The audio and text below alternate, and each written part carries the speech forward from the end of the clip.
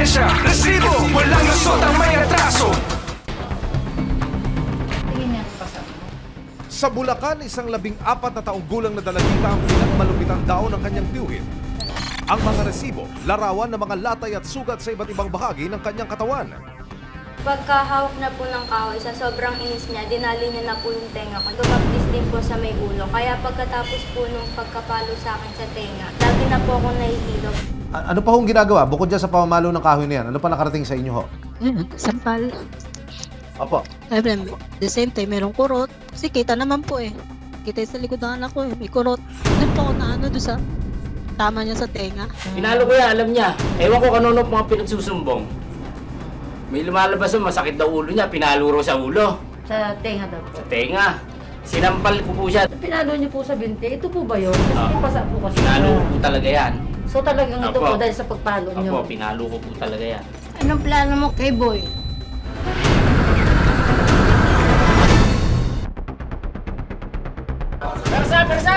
Naraduan na tayo. Ang reklamo ng ilang nangutang ng kotse at motorsiklo laban sa isang auto trading company. Kasi ang concern ko yung anak mo eh. Mamaya kung ano pang maisipan nito eh. Panluloko nila ang ginawa nila, hindi nakakapagsalita eh. Susubukin nating kumatok at magtanong kung meron pang personnel, pati na ho doon sa 6th floor ng building na ito. Aming niresibuhan ang kanilang galit at panggagalaiti. Umabot na sa opisina ng kumpanya. Lalabas! Nasaan na? Kanina pa lalabas ah! Wala pa Pinagpuruan nyo kami tanga dito eh! Sama-sama nating ituwid ang tiwali at baluktot. Itakwil ang maling gawi at modus na bulong. Walang ligtas ang abusado at lalong walang lusot ang may atraso. Dahil ang lahat, hahanapan natin ang resibo. Magandang hapon, ako po si Emil Sumangil. Sinaktan daw ng tiyuhin ng 14 na taong gulang na tinawag naming si Kimberly dahil daw sa pagiging pasaway. Ang tanong, paraan ba ito ng disiplina o paglabag na sa karapatan ng dalagita? Lumapit sa resibo ang isang concerned citizen. Ang sumbong niya, isang 14 na taong gulang na dalagita ang di umano'y sinasaktan ng sariling tiyuhin sa Marilao, Bulacan. Napag-alaman namin na isang migrant worker sa Kuwait ang nanay ni Kimberly. 8:43 ng gabi, dito po sa ating tanggapan, makakausap po natin sa pamamagitan ng video call ang ina ng batang pinagbuhatan ng kamay. So, 3:00 ng hapon po doon sa Middle East ngayon. Ma'am Rowena, nakikita ko sa isang larawan dito, meron siyang pasa sa bandang tuhod. Ano ho? Ayon sa kwento, sa sumbong sa inyo, paano ho niya ito tinamo? Pinalo po ng kahoy ng tito niya. Ano pa hong ginagawa? Bukod dyan sa pamamalo ng kahoy na yan, ano pa nakarating sa inyo ho? Doon po ako na ano doon sa tama niya sa tenga. Na paano raw yung tenga na yon? Pinalo daw po yun eh. Kahit sino naman po siguro magulang. Ano nang makakarating na balita. Makikita mo ganun yung sitwasyon. Aminado na ako, sir. Ang bata ngayon, sobrang tigas ng ulo. Pero dapat hindi ganun ang way na ano. Sa pamamalo nila, hindi naman napapatino eh. 2019, nang pumanaw ang asawa ni Rowena, nagkaroon sila ng 4 na anak, panganay rito si Kimberly. Dahil kulang sa pantustos, napilitang mangibang bansa si Rowena at ang mga anak niya naiwan sa pangangalaga ng kanyang ina. Nitong April 30, nakarating sa kaalaman ni Rowena ang nangyaring pananakit ng kanyang kapatid sa anak niyang si Kimberly. Sino po ang nagsumbong sa inyo ng mga pangyayari na ito? Naano ko na lang po yan na hindi pa po sinabi sa akin. Tinago pa po ng anak ko na that time nang pinalo po siya na nagkaroon siya ng mga pasa-pasa. Pinalo po kasi yan kasi dahil umuwi yan ng ano yata ng 10 oras na ng gabi.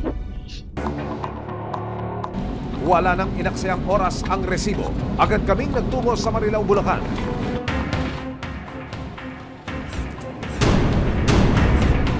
Abangan mamaya ang sagutan ng inaakusahan at ng ina ni Kimberly. Oo, Ma'am Rowena.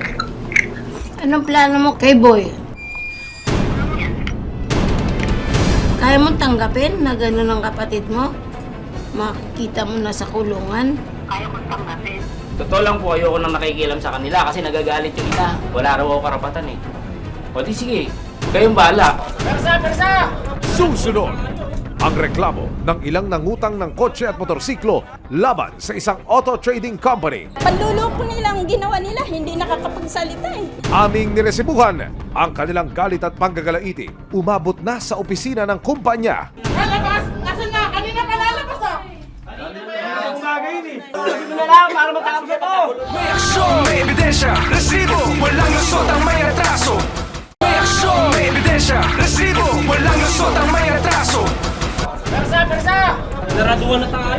Bumusina ang ilang nag-loan ng kotse at motorsiklo nang makatanggap sila ng notice na babatakin na raw ang mga ito ng financing company at bangko. Ang inutangan kasi nilang kumpanya, hindi raw pala nagre-remit ng kanilang bayad sa financing company at bangko. Panluloko nilang ginawa nila, hindi nakakapagsalita eh. Sasakyan na, magiging bato pa? Lalabas! Nasaan na? Kanina pa lalabas ah!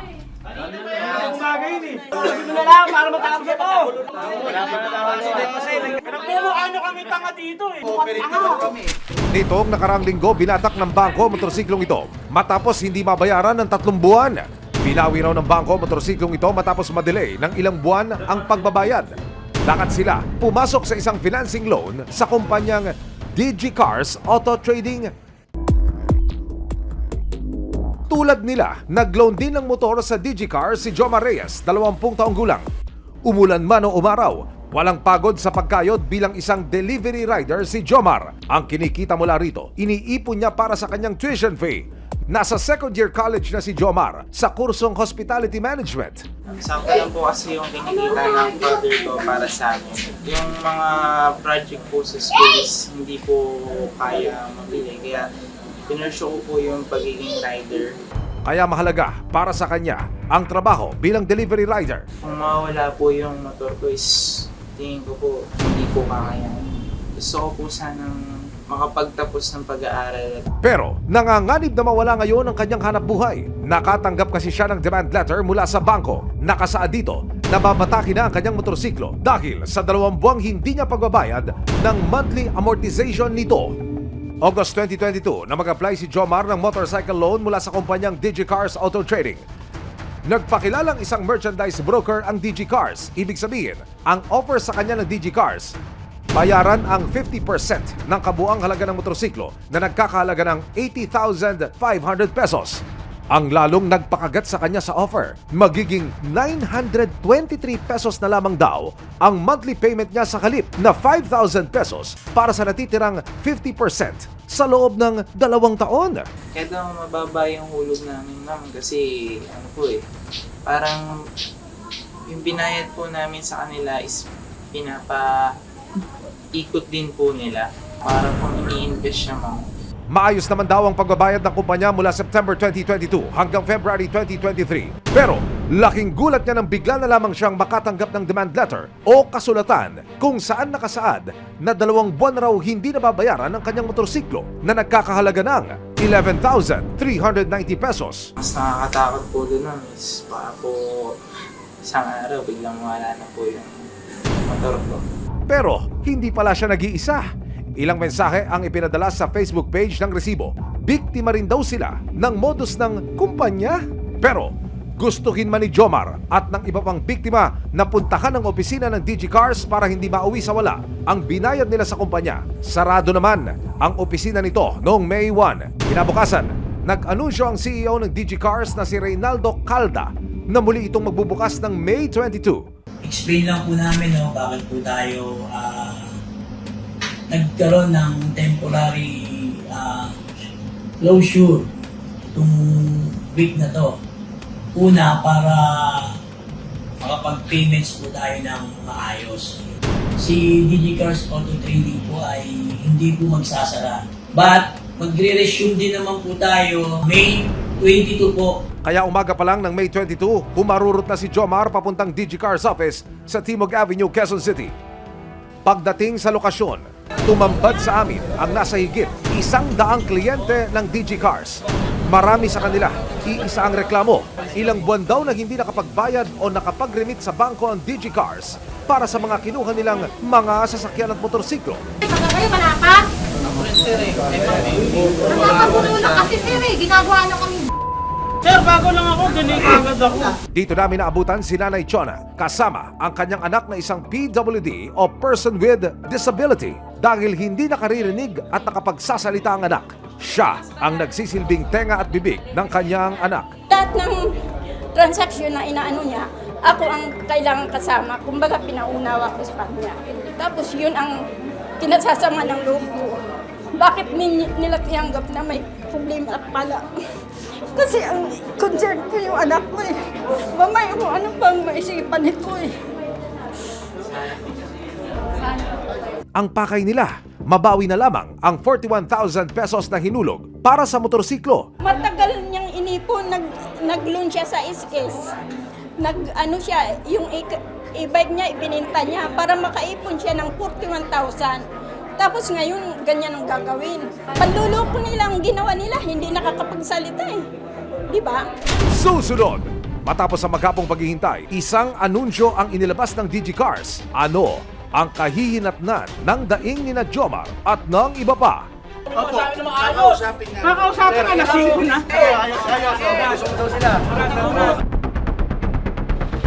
At ang paghaharap ng lalaking nalakit kay Kimberly at ng kanyang ina. Ma'am Rowena. Paano po yung way ng pagpalo? Pinalo ko po siya sa binti eh. Pinalo ko yan, alam niya. Ewan ko kanino mga pinagsusumbong. May lumalabas yung masakit daw ulo niya, pinalo raw sa ulo. Sa tenga daw po. Tenga. Sinampal ko po siya dahil sinasagot niya yung lawla niya. Mabigyang solusyon kaya ang hinaing ng menor de edad? May aksyon, may ebidensya, resibo, walang lusot ang may atraso. May aksyon, may ebidensya, resibo, walang lusot ang may atraso. Habang naghihintay si Jomar kasama ang iba pang kliyenteng nagrereklamo laban sa kumpanyang DigiCars, isang announcement ang inilabas. Kakausapin ka na, singko na. Makikipag-usap daw ang kanilang kampo pero sa pamamagitan lamang ng isang video call. May may-ari nga, bakit ka na nawawala? Hindi po. Habang ipinaliliwanag online ng isang kinatawan ng DigiCars ang magiging proseso sa reimbursement o pagsasauli ng pera, biglang nagkainitan ang dalawang panig. Ayun ang gusto namin mangyari, balik yung pera. Sir, tinatanong ako kung ano gusto ko mangyari. Paano ko sabihin ko gusto mo mangyari nga? Sir, sabihin ko kung gusto ko mangyari. Ano gusto mo mangyari? Ibalik yung pera! Ilang sandali pa, tinapos ang video call. Lumipas ang maghapon na walang napala ang mga kliyenteng pumunta sa opisina ng araw na iyon.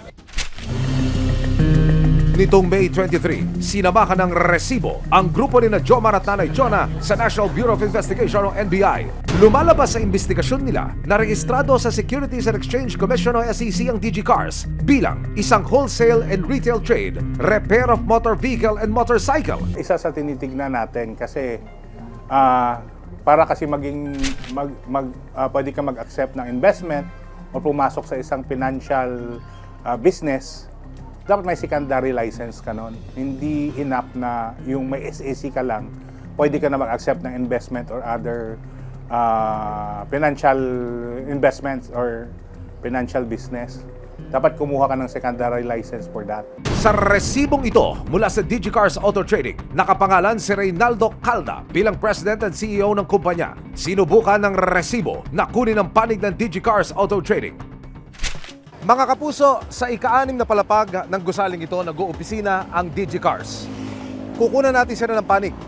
Susubukin natin na makuha kung ano ang kanilang panindigan, ang kanilang katayuan hinggil po sa reklamong ito. Susubukin nating kumatok at magtanong kung meron pang personnel, pati na ho doon sa 6th floor ng building na ito.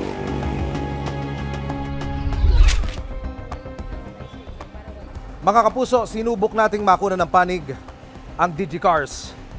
Pero gaya po ng ating naranasan, wala hong humarap dahil unang-una yung showroom sarado. Hindi na rin po tayo pinapanik ng building manager sa ika-6 na palapag kung saan sila nag-oopisina.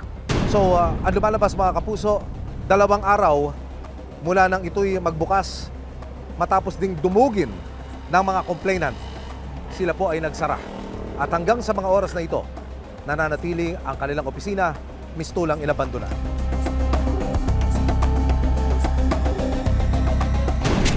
Samantala, tuluyan ang nagsampa ng reklamo ang 10 sa mga biktima umano ng DigiCars. Pwede siyang pumasok sa estapa under the revised penal code tsaka sa revised corporation code. Estapa, ito kasi, yung negosyo nila, parang lumalabas na meron silang misrepresentation eh. So, sinasabi nila na ganito, ang lisensya nila sa negosyo nila ay ganito, pero iba yung ginagawa nila. Pag nakita natin sa investigasyon natin ay na-violate din nila ito, kakasuhan din natin sila dito. Matapos na nangyaring pagrereklamo sa NBI, nakahinga raw ng maluwag sina Nanay Chona at Jomar. Na-explain ko sa kanya na mayroon tayong pag-asa na, kumbaga, step 1 pa lang to. Kasi, iiyak ako sa, hindi yung iyak ko na iiyak ako dahil at least meron patutunguhan itong pinaglalaman namin. Nagkaroon po ako ng pag-asa na mambigyan ng hostisya yung pera na binitawan namin. Pag naging okay po to is maging okay, maging smooth na rin po yung pag-aaral ko at yung pagbubiyahe ko. Balikan natin ang kaso ng 14 na taong gulang na dalagitang nakaranas ng pananakit sa kamay mismo ng kanyang tiyuhin. Sa tulong ng mga opisyal ng barangay, nalaman namin na nakarating na si Kimberly sa bahay ng isang concerned citizen. Agad siyang dinala sa tanggapan ng barangay. Dito, kinunan siya ng testimonya ng isang social worker. Patingin niya pa sa Kwento niya, nagsimula ang pananakit sa kanya ng tiyuhin na kinilalang si Manolito Mariano noong 10 taong gulang pa lamang siya. Nung time po na nagsimula ng grade 4 po ako. Kasi po yung time na umalis po ako, pumunta po ako sa klase ko, tapos hindi po ako nakapagpaalam sa lola ko. Tapos kinagabihan po, natutulog na po kami. Bigla pong pumunta tito ko, lasing po. Tapos pinalo po ako ng kahoy sa katawan. Doon po ako nagising pero hindi ko po namalayan. Parang po tulog yung diwa ko pero gising yung mata ko. Kinabukasan po nagulat na lang ako, puro pasana po katawan ko. Ang pananakit ng tiyuhin, hindi lang daw minsan nangyari. Nag-ulit-ulit na po yun nung simulat po na tinatawag na po siya ng lola ko. Pag di na po ko kayang disiplinahin, doon na po siya sa tito ko dumadiretso. Mula noon, takot na raw ang nararamdaman ni Kimberly tuwing makikita ang tiyo Manolito niya.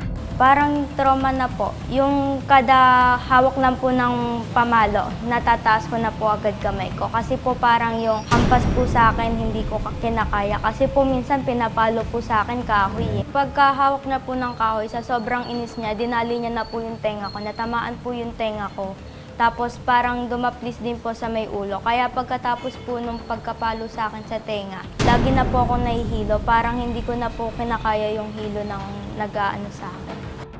Base po doon sa salaysay ng bata, sinaktan siya ng kanyang tiyuhin kapag sumagot-sagot po sa lola. Kaya pumunta po siya kay concerned citizen. Last Saturday po, doon siya sinaktan. And then ngayon lang po, nakarating sa barangay yung problem, kaya ngayon lang po namin siya na-assist. Nang gabing iyon, dinala muna ng social worker sa bahay ng kanyang tiyakin si Kimberly. May 7, ipinatawag ng barangay si Manolito. Sumama rin ang lola ng dalagita. Aminado naman daw si Manolito na nasasaktan niya ang pamangkin. Paano po yung way ng pagpalo? Pinalo ko po siya sa binti eh. Pinalo ko yan, alam niya. Ewan ko kanino mga pinagsusumbong. May lumalabas yung masakit daw ulo niya, pinalo raw sa ulo. Sa tenga daw po. Tenga. Sinampal ko po siya dahil sinasagot niya yung lola niya. Pinalo niyo po sa binti. Ito po ba yun? Kasi pasa po kasi. Pinalo ko po talaga yan. So talagang ito Opo. po dahil sa pagpalo niyo? Opo, pinalo ko po talaga yan. Ilang sandali pa, tumawag mula sa Kuwait ang ina ni Kimberly na si Rowena. Ma'am Rowena? Anong plano mo kay Boy? Kaya mo tanggapin na gano'n ang kapatid mo? Makikita mo na sa kulungan? Kaya kong tanggapin. Siguro po yan ang nakaraan. Magbago yung isip ko. Dahil hindi ako kasing walang hiyanin ng tao yan. Marunong pa rin ako. Meron pa rin Tuloy ah. nararamdaman bilang kapatid niya. Ano sinabi niya sa akin? Kaya wala naman na itutulong sa'yo. Ano ba at sumbong mo ang mga mga pinagsasasabi mo dyan. Bakit ganyan ang galit mo sa atin? Nakausap din ni Rowena ang kapatid na si Manolito. Oh, hello. Ikaw na nagsabi, di ba? Pare-parehas tayo may pagkakamali. Ngayon, ang naging mali ko, minahal ko yung mga anak mo. Nasasaktan ko yan bilang disiplina sa kanila. Ewan ko bakit masyado yung binibig issue. Ayaw ninyong nakakanti yung anak ninyo. Ikaw ang lumagay dito sa katayuan ngayon kung ikaw ang nandito. Di ba't lagi mo nakahagupit yung mga anak mo? Paano na kung wala ako? Yung nanay natin, minumura-mura na lang nila. Sinasagot-sagot na lang nila. Buti nga, nandito pa ako eh. Kaya sabi ko sa kanila, habang buhay ang lola nyo, mahalin nyo. Hindi habang panahon nandyan niya. Pag kayang biglang namatay, lahat kayo mananagot sa akin. Wait, disiplina. Oh, Rowena, alam mo, di ba? O, Rowena. Marami kong naitulong sa lahat, sa ating lahat. Kaya huwag mo sabihin sa akin na napakawalang hiya ko. Di ba? May mga batas na nangangalaga sa karapatan ng mga menor de edad. Ang pananakit sa mga bata ay paglabag sa Republic Act 7610 o Special Protection of Children Against Abuse, Exploitation, and Discrimination Act. Sa akin, masasabi ko lang naman nun, karapatan niya talaga yung bilang ina. Kasi sa akin naman, sana yung side ko, naintindihan niya rin eh. Unang-una, yung mga bata na yun, sa akin lumaki yun eh. Maliliit pa yung mga yan, ako naging ama. Siyempre, para sa akin, masakit eh. Tapos ngayon, lalo nang nakikita ko silang lumaki na nagiging salbahe. Nanay ko pa yung ginaganon. Maraming beses nga na kasing ginawa. Ngayon ang sabi ko sa nanay ko, ay pabayaan mo muna. Total kung ano gusto niya eh. Pag kayang ka ako nagkamali, matututo yan. Kung magsasampa po siya ng kaso, dadaan po siya sa violation po ng RA 7610 dahil sa pananakit. Kaya lang po, hindi na po siya magiging direct filing dahil nung Saturday po nangyari yon. Pwede po regular filing po. Sa pamamagitan ng ating programa, mga kapuso, namagitan ang barangay at naging matagumpay ang paghaharap ng magkabilang panig. Sa pinakauling impormasyon na ating nakalap, nagpasya na ang tiyuhin ng mga bata, pati na ang kanilang lola, na lisanin ng bahay. Sa mga sandaling ito, masasabi nating nasa mabuting lagay na ang mga bata. Nito lamang Martes, binisita namin sina Kimberly. Nangako rin ang social worker na titignan ang kalagayan ng mga bata. Ano kung mensahe nyo sa kanila? Kung sa miss, sir, talaga naman po, namimiss ko naman po talaga. Tsaka actually naman, sir, araw-araw, minuminuto, nakakausap ko naman po yung mga anak ko. Lagi ko naman po sila natatawagan. Resibo, walang lusot ang may retraso.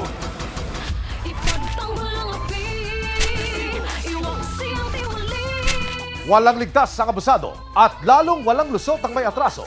Dahil ang lahat, hahanapan natin ng resibo. Hanggang sa muli, ako po si Emil Sumangil. May aksyon, may ebidensya. Resibo, walang lusot ang may retraso.